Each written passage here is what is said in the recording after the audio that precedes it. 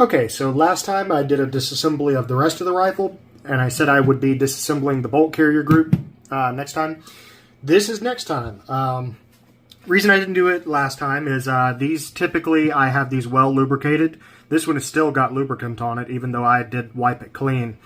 Like I said, these guns run really well when they're heavily lubricated. If you leave them dry, they tend to wear faster and all of that. But the side effect of that is they get filthy and you end up with stuff all over your fingers and up your arms and lots of stuff that's not good for you, you know. Lead, mercury, you know, that sort of stuff. Nasty stuff in primers. So today I'm going to show you how to disassemble this. And I will repeat what I said last time. You don't have to disassemble this every time you clean your rifle or your AR pistol. The bolt really doesn't have to be disassembled, but every now and then, I would say every maybe 1,500 rounds, because most of the time you can just spray a little lubricant in the channels for the cam pin and all of this, the head of the bolt around the stem, into the 3-bore area, all of that. But sometimes it is necessary to take it apart, and you'll need to clean off carbon and whatnot. So let's get started. Step one is there's a little, what they call a cotter pin. It's not technically a cotter pin, I don't believe. I usually call it the firing pin retaining pin. But, you know, you'll find it under both names. It doesn't matter all that much. You're going to pull that pin out. Only problem is, unless you have good nails, this pin is kind of sitting recessed into the bolt body, the bolt carrier body. So what you'll need is a little tool. You can use the tip of a cartridge. You can use the end of a paper clip. You can use the tip of a spare firing pin if you've got it. What I'm going to do is use the tip of an M7 bayonet because that's what I got nearby, because I'm extra like that. And all I'm going to do is take the tip of my implement and just slip it into the slot in the head on that cotter pin and just kind of pull upwards, levering it out. You'll see it kind of comes out like that. Get that bayonet out of the way. Now, when you pull this pin, the firing pin here inside will fall free. Now, sometimes if you've got enough carbon or lubricant buildup in there, the firing pin will stick and it won't fall out. But if you live in a room with a carpet and you don't want to drop your firing pin on the carpet and get husky hair all over it, in my case, what you're going to do is just stick your thumb between the body, the outside walls of the bolt, and pull this pin straight out. Set that down, and you may need to thump the back of the bolt carrier on the table or on your hand to get the firing pin free. In this case, I've already wiped this clean, so it's just going to, well, I lied. It's not going to fall free, but typically it will fall free just like that. Set that aside. Next, your bolt head needs to be pushed rearwards, and you'll see it kind of rotates. You push it rearwards and rotate this cam pin until it's sideways like so, and grab it and pull it straight out. Now, be careful here, because these cam pins, while they are technically able to go in either way, it is preferable that they go in one direction after they're installed the first time. These bolts will wear, as you can see, there's a little bit of a shiny streak there and not here. They will wear a specific way to where if you put it in, so this is the front, if you put this in the opposite direction, now you're wearing on the opposite side and you're weakening the cam pin. It is best to not do that. Let it wear on one side. That increases your parts lifespan and, you know, just generally enhances your reliability. What I would do, if you don't know which side is front based off of wear, you can take a file and knock the edge off the front end of your cam pin. You can take a starter punch and press this in a vise and just put a little dimple on the front end. You can do any of that sort of things. You could take a little drill bit and just on a drill press and knock a little hole. Just a little shallow bump that you can kind of feel and see. In my case, I typically pull it out and leave it facing front end towards the sky and just leave it in that orientation until I'm ready to reassemble it. Whatever you got to do that.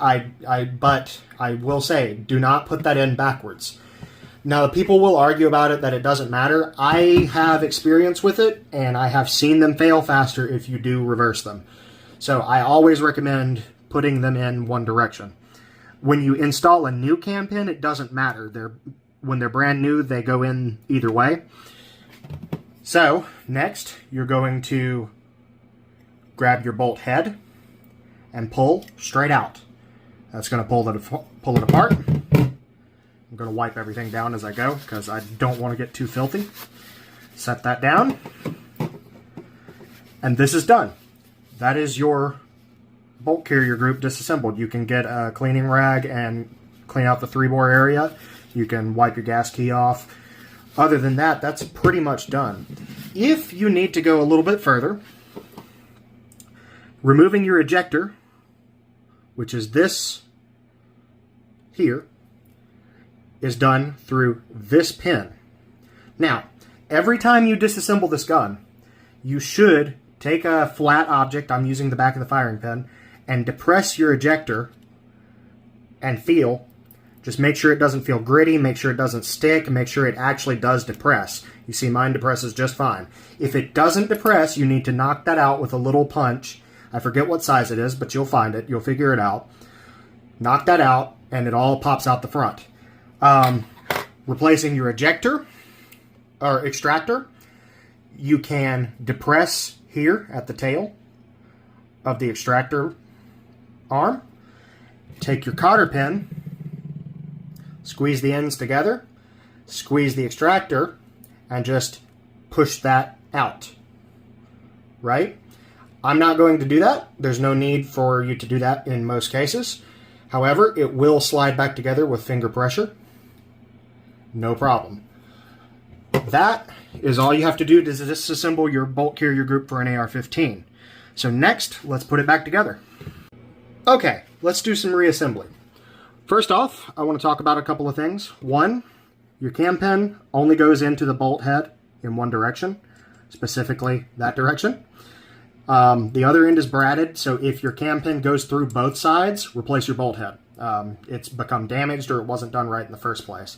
If your cam pin has excessive wobble, which mine doesn't, it can cause a stress fracture along the edges of this hole, and that can cause the bolt to split apart and break, and your gun will jam up. So make sure you don't have excessive cam wobble, and if you do have excessive cam wobble, replace your cam pin. And if that doesn't fix it, it might be time to get a new bolt carrier.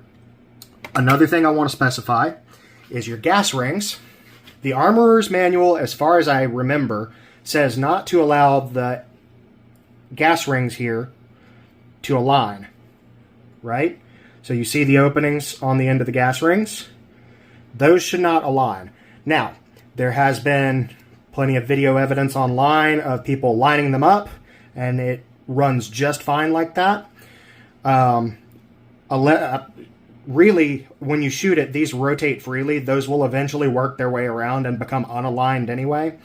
And there's some video from Sons of Liberty Gunworks out there showing that you don't even necessarily need gas rings for the gun to work properly.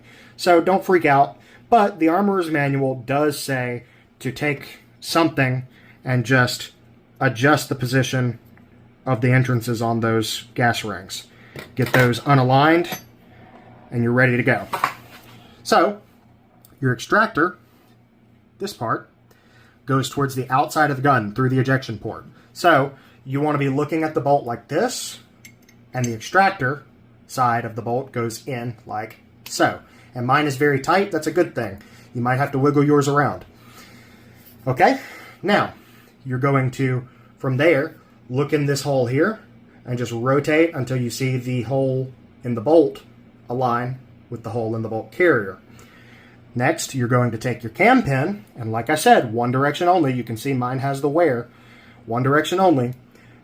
That should be placed in to this hole.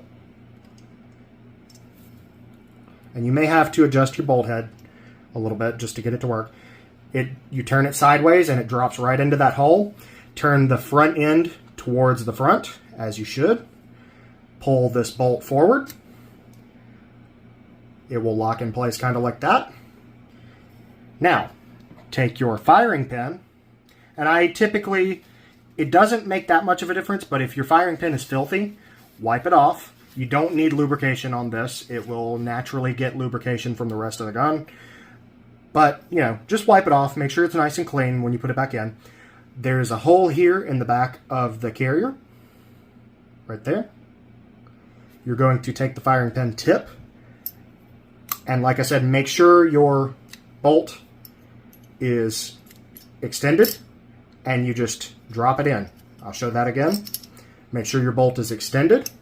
Make sure your cam pin is in the right position. You take this firing pin, put it in that hole, and kind of align it. Wiggle her around a second, and it will drop right in. There you go. Okay. Next, your cotter pin or firing pin retainer. You will take this and kind of insert it into the slot for it. Rotate the pin while pushing inwards, and it will eventually catch and go in. Push it flush with the side of the bolt. As you can see, it is completely flush. Make sure your firing pin is captured, didn't fall out, and you are done. That is the full bolt carrier disassembly as far as you need to do 99.9% of the time, unless you're replacing the extractor or ejector. Thanks for watching, and tune in next time when I disassemble something maybe a little more interesting.